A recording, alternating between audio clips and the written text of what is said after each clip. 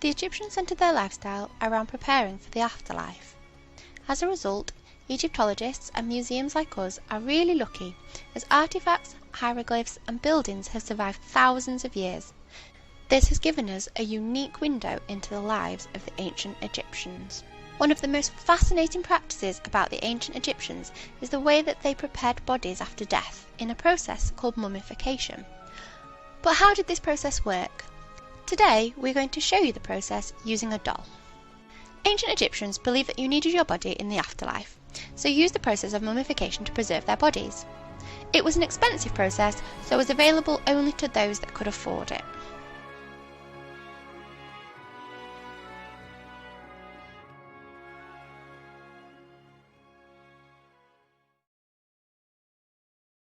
When a person died, their body was taken to the beautiful house and placed on a wooden table.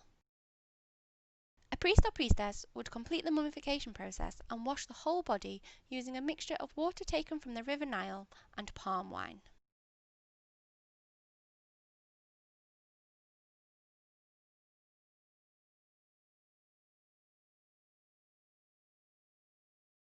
Although we now know that the brain is a very important organ and that it is responsible for the way we think, feel, and controls our body functions, the ancient Egyptians believed that the brain was useless and they did not need it in the afterlife.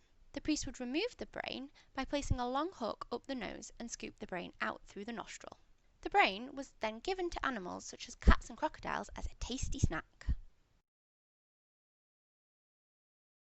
The priest would make a cut on the left-hand side of the body near the stomach. Through this cut, the internal organs were removed.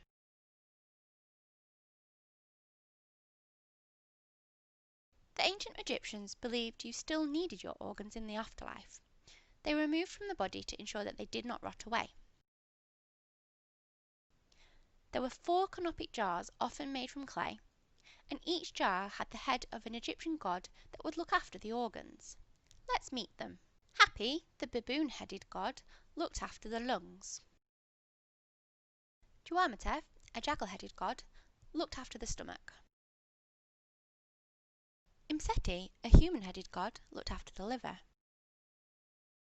And Kebe Snoof, a falcon-headed god, looked after the intestines.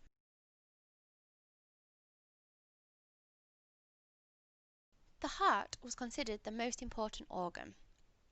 The ancient Egyptians believed that it was the centre of emotion, thought, and personality, and it was believed it was to never be removed from the body. If it was accidentally removed, it was sewn straight back in. Only Egyptians that were very rich would buy canopic jars to keep the important organs safe. Otherwise, these organs were dried out in hot sand and put back into the body at a later stage of mummification.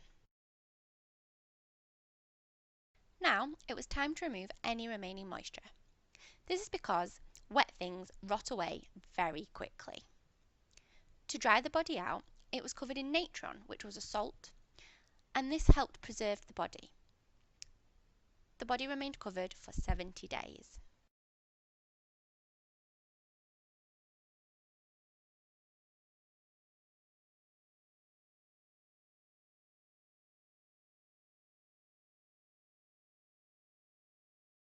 "70 days later."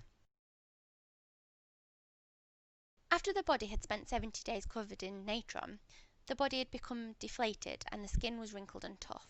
To make it more supple, the body would be then rubbed with ox fat, ointments, and seed oil.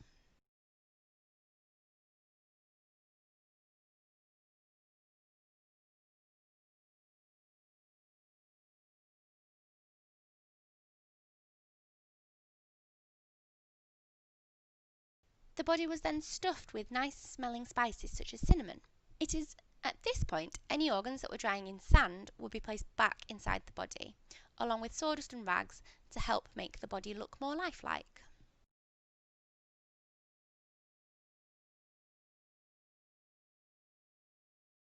Once stuffed, it's time to wrap the body. During this time, the priest would wear a mask of Anubis, the guide of dead. The body was coated in plant resin before being wrapped in strips of linen, and it could be up to 20 layers thick.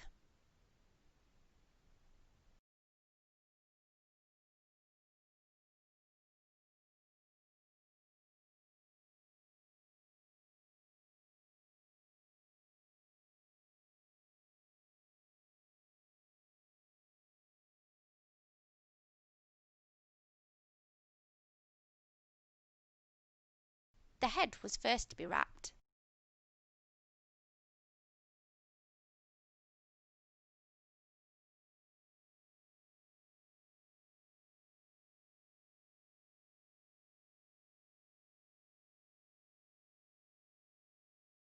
And then individual fingers and toes before arms and legs, as these were the most fragile.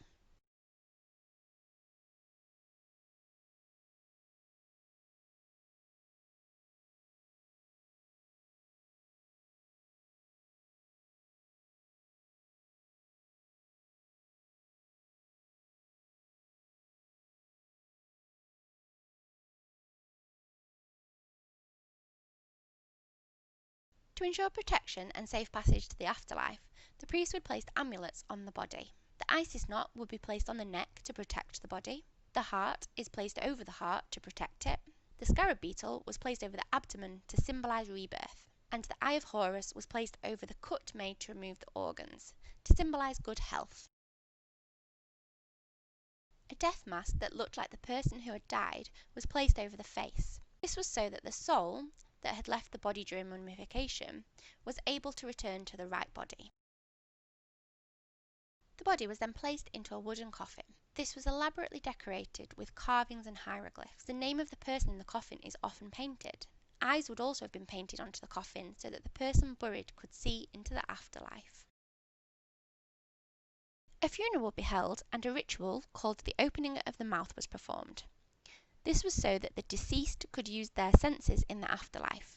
Finally, the coffin was placed into a stone sarcophagus and buried in a tomb. Objects called offerings were placed into the tomb. These were things that the person may need with them in the afterlife, such as food and clothing. The journey for the deceased was not quite over yet. If you'd like to find out what would happen next, watch our video about the weighing of the heart ceremony.